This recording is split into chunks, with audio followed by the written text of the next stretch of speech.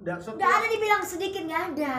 Toh, nggak ada dibilang Tuhan Yesus, tapi sedikit yang nggak ada.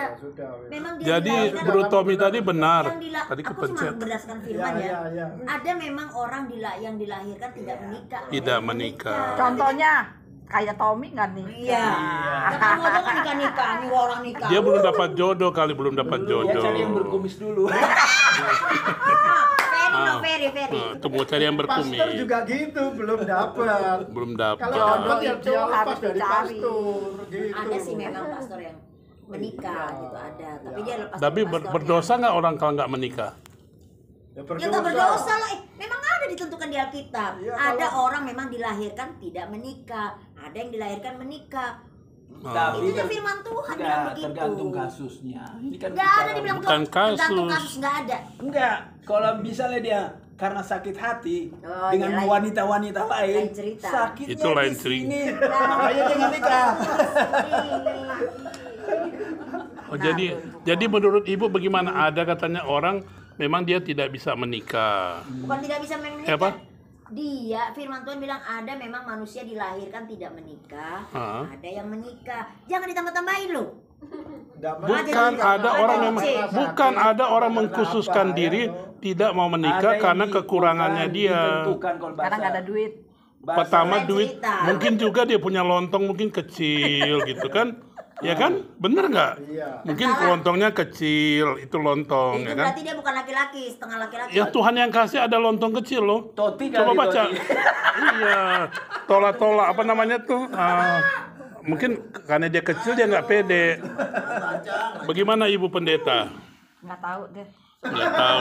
Lontong kecil apa sih maksudnya? Lontong? Baca firmannya Makanya dong. kita nggak bahas lontong-melontongan. Kita Betul. bahas firman Tuhan, nggak lontong-melontongan. Firman Tuhan Lontong tadi udah dimakan masing-masing. Iya. Kok- Bukan ada orang tidak bisa menikah Saya karena nggak mau ngomong soal ini, soalnya kenai saya terus.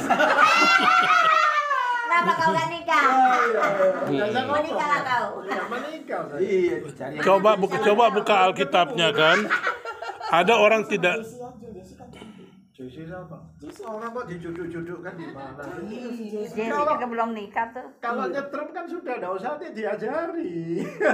Desi kan Mau nyetrumnya ya kenalan dulu lah. iyalah dijodohkan. dipepetin nanti Ya. Nah, makanya ada Nah, orang betul. yang memang dijodohin, makanya ada biro jodoh. Nah, sekarang siapa yang mau jodohin Tominya? Siapa yang mau jodohin? Mau kita Jesse aja. atau mau sama Hana? Pilih.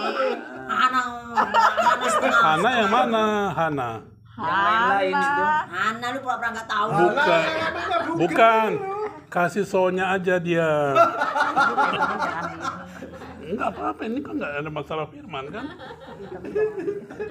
Jangan ceritain orang. Tommy. ayo Pak kita Ya. Cari lah. Sudah, saya nggak ngomong pastor lagi. Nanti nonton saya lagi. Karena saya nggak ceritanya. Sekarang bubar. Lain judul. Nah judul sekarang. Judulnya apa? Ya. Tommy mau menikah 40 tahun lagi, ya kan? Hah? Hah? Sesuai dengan orang Israel keluar dari Mesir. 40 tahun lagi udah kaki kekil, udah nggak ada. Tadi Yehezkel berapa tuh? Yehezkel 13. Ini Yehezkel 8 ini tentang nasihat apa? yang nggak Tiga. benar. 13 apa? Menyesatkan ini. Yehezkel tentang apa itu Yehezkel 3 ayat 8? Ya tentang itu Tuhan menuntut darah seseorang. Oh, bukan Yeskel 3 ayat 18 itu. 18. Tapi ada lagi Yehezkel 14 mengenai roti jelai. Itu dari maaf ya dari tae gitu kan? Bagaimana tuh? Baca tuh, buka itu. Itu dari ajaran agama sebelah itu minta. Coba Anda buka di itu. Agama seberang. Bukan mereka ambil di apa ada di perjanjian lama Yehezkel 14. Coba cari Yehezkel 14 ayat berapa? Itu saya udah baca. Jadi roti dari kotoran itu kan. Masa ya sih Yehezkel 14 coba.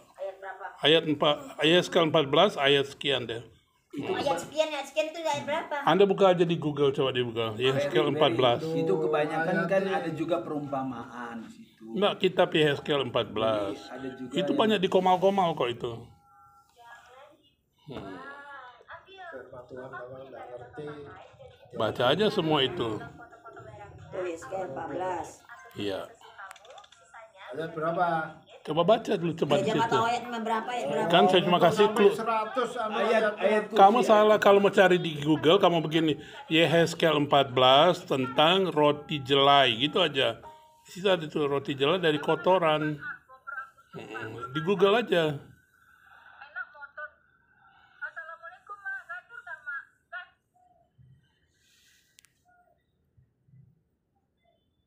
Terus Ada nggak roti? Maksudnya apa? Coba baca di situ. Masalahnya apa rotinya itu tadi? Itu Fokus pembicaraan. tentang masalah roti memakai kotoran manusia. Terus maksudnya apa? Nah, baca aja di situ. Itu yang saya kasih clue-nya kan. Yehezkel 14 ayat berapa di situ? Ada nggak ayat tentang roti? Cari Coba. di Google.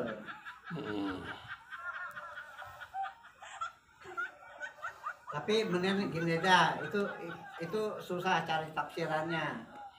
Sekarang lanjutan itu apa tadi itu yang perkawinan. Perkawinan. Bagaimana? Evangelis Kuli. Perkawinannya. Iya yang tadi bicara mengenai pastor segala macam kan? Oh, iya. Ini Yang tidak kawin. Selanjutnya nih.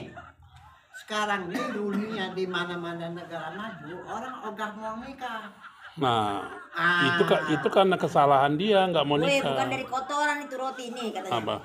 Makanlah roti itu seperti roti jelai yang bundar dan engkau harus membakarnya di atas kotoran, membakarnya di atas kotoran manusia Kotoran yang manusia. sudah kering di hadapan mereka. Tuh, kata Dari kotoran. bukan dari kotoran itu roti. Dari apa tadi manusia? Nih, dengar ya. Makanlah roti itu seperti roti jelai yang bundar dan engkau harus Dengar tuh. engkau harus membakarnya di atas kotoran manusia Kotoran yang sudah kering manusia. di hadapan Bakarnya. mereka. Karena kan kotoran itu kan seperti pupu. Itu pupu dari mana? Iya, dari mana? kotoran kan? Iya. Ya Itu sudah. bagaimana Jangan coba kau jelas? bilang roti jelai itu dari kotoran. Nggak, kok bukan makanlah itu roti jelai dari Dan kotoran nggak ada dari kotoran. Nah, apa? Coba. Suruh baca. Dengar ya, Ya. baik-baik. Makanlah roti itu seperti roti jelai yang bundar, Iya. ya. You know? Dan engkau harus membakarnya di atas, Nah, terus di atas kotoran manusia yang sudah kering di hadapan mereka. Membakarnya di atas kotoran itu kan Yang sudah kalau udah kering. kering itu kan berarti kayak pupu. Pupu ya Mama. oh, begitu ceritanya. Jadi bukan kok di situ nggak dibilang kotoran Nggak manusia. ada. Nggak ada kotoran manusia. Jadi yang di luaran sana jangan percaya bahwa ada kotoran manusia yang dimakan di kitab Yehezkel, begitu kan? Iya. Nah, banyak di komal-komal dibilang gitu. Emangnya Tuhan Tuhannya orang Kristen katanya makannya itu. Rotinya dibakar Kalau dari mau bahas kotoran yang secara sudah benar, kering. ya Nah, ini terbalik lagi. Itu. Iya, kotoran harus manusia. Makanlah roti dibaca jelai dari itu. ayat pertama. Dan kamu harus Jangan cuma satu membakarnya. ayat. Dan kamu harus membakarnya di atas kotoran manusia yang sudah kering. Kalau udah kering itu udah kayak pupu. Jadi Dibakar. dibakar. Jadi dia bukan membakar tanaman aja, tapi dia juga bisa Bukan roti. Jadi alat itu pembak- dari roti. kotoran. Enggak, jadi alat bakarnya kayak arangnya itu dari ini kotor. Jadi arangnya. Jadi kita jangan persepsikan bahwa Tuhan kita itu adalah Tuhan yang jorok. Ya kan? Iya. Kita harus lihat dari ayat pertama sampai ayat terakhir. Iya, betul. Pak, tadi apa? Ayat mana? 14. Ayat 14, Yehezkel 14, jadi jelas cara itu bahwa bukan kotoran manusia, tapi arangnya dari kotor. Yeskiel 4 ayat 12. Baca lagi. Yehezkel 4 ayat 12. Baca ayat dari pertama dulu. Maksud Tuhan itu apa? Ayat 14 dulu, baru dari pertama. Ayat 14. Ayat berapa tadi? Yeskiel 4 ayat 12. Yehezkel 4 ayat 12. Isinya kayak apa tadi? Kita lihat dia punya itunya. Nih, Judulnya apa? apa perikopnya apa? Lambang pengepungan kota Yerusalem. Makanlah roti Lambang, itu kan? Lambang seperti roti pengepungan. jelai yang bundar. Dan Jadi engkau bukan hal yang harus sebenarnya. membakarnya di atas kotoran Satu-satu. manusia yang sudah Kering. kering di hadapan Tuhan. Jadi kalau Tommy jelaskan itu bagaimana itu ayat itu? Ya sudah, bikin roti itu bakarnya pakai kotoran manusia. Dibakar. Jadi arangnya itu dari kotoran manusia yang sudah kering. Iya. Oh. Karena zaman dulu belum ada kompor gas. Oh. Belum ada arang. Jadi kan kotoran itu sebenarnya panas. Kenapa jadi bikin jadi pupuk? Kotoran itu pupuk. Iya, pupuk. Kenapa dibikin jadi pupuk? Salah kalian. Salah. Zaman dahulu orang kan bisa, zaman orang manusia purba itu memasak itu pakai kayu. Jadi bukan pakai itu. Jadi itu kan bicara lambang. Bukan ya, lambang. Lambang. Oh, ini lambang Itu bukan. judulnya nih, Penghinaan. Enggak, Kak. lambang pengepungan kota Yerusalem. Tapi ayat 1 ayat itu berapa menceritakan tentang apa itu? Nih, dan lambang pengepungan keturunan. Engkau anak manusia, ambillah sebuah batu bata, letakkan di hadapanmu dan ukirlah di atasnya sebuah kota, yaitu Yerusalem. Gitu kan? Suruh ambil sebuah batu bata dan letakkan di hadapanmu dan ukirlah. Disuruh ukir ya. Ukirlah. Ukirlah kota itu dalam keadaan terkepung. Tuh suruh ukir ya. Dirikan sebuah benteng pengepungan. Timbun pula tanah menjadi tembok pengepungan, tempat perkemahan tentara, dan susun alat-alat pendobrak sekeliling kota itu. Ya kan sudah jelas makanannya itu makanan itu. Lalu ambillah sebidang besi dan dirikanlah itu di antaramu dengan kota itu menjadi dinding besi. Kemudian tunjukkanlah wajahmu ke arah kota itu sehingga kota itu dalam keadaan terkepung. Dan engkaulah yang mengepung dia. Inilah menjadi lambang bagi kaum Israel. Lambang. Yang diukir itu yang diukir di batu bata tadi. Dan itu apa namanya? Tai itu adalah hinaan. Dosa, berbicara tentang dosa itu sebenarnya. Berbaringlah engkau pada sisi kirimu dan aku akan menanggungkan hukuman kaum Israel atasmu. Berapa hari engkau berbaring demikian, selama itulah engkau menanggung hukuman mereka. Ini Tuhan nyatakan kepada Nabi Yeskiel. Jadi Yeskiel yang menanggung kesalahan orang Israel. Beginilah aku tentukan bagimu. Berapa tahun hukuman kaum Israel, sekian harilah engkau menanggung hukuman mereka, yaitu 390 hari. Berapa bulan tuh? Bagikanlah bagi 30 itu berarti. Tapi renungan ini luar biasa loh. Jadi ini Kalau engkau sudah mengakhiri waktu ini, berbaringlah engkau untuk kedua kalinya, tetapi pada sisi kananmu. Tadi kan kiri kan? Tetapi pada sisi kananmu, dan tanggunglah hukuman kaum Yehuda 40 hari lamanya. Tadi kan Israel menanggung dosa Israel. Sekarang Yehuda ya. Itu di sisi kanan ya, Yehuda ya. Aku menentukan bagimu 1 hari untuk 1 tahun. Tuh, Tuhan bilang gitu ya. Padahal hukuman untuk kaum Yehuda itu 40 hari lamanya ya.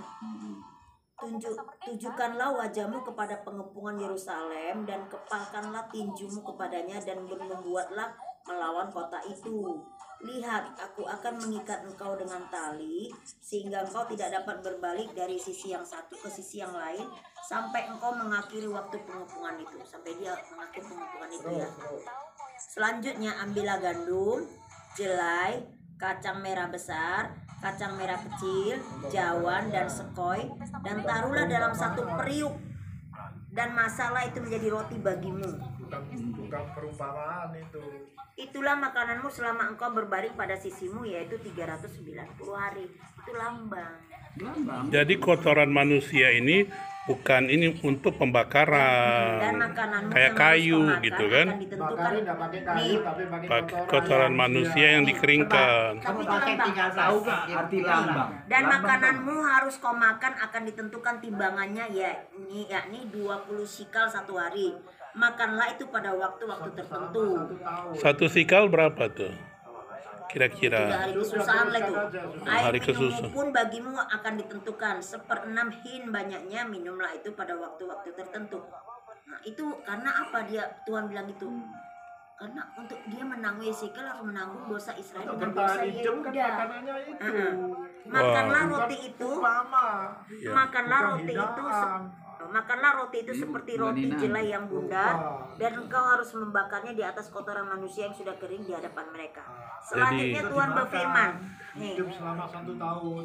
selanjutnya Jadi- Tuhan berfirman, aku akan membuang orang Israel ke tengah-tengah bangsa-bangsa, dan demikianlah mereka akan memakan rotinya najis di sana. Najis kan? Jadi selama ini yang banyak ajaran lain, Hukuman najisnya itu.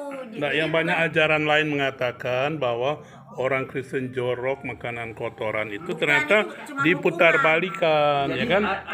bicara lambang tapi itu hukuman juga. Hukuman Gitu. untuk orang Israel dan orang Yehuda. Jadi kan? bukan roti jelai yang isinya Bukan. kotoran manusia. Itu lambang.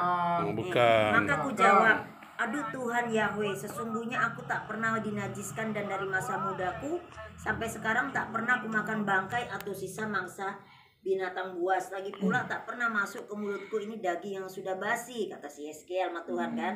Lalu Tuhan bilang gini, lalu firman-Nya kepadaku, lihat, kalau begitu aku mengizinkan engkau memakai kotoran lembu, ganti kotoran manusia, dan bakarlah rotimu di atasnya.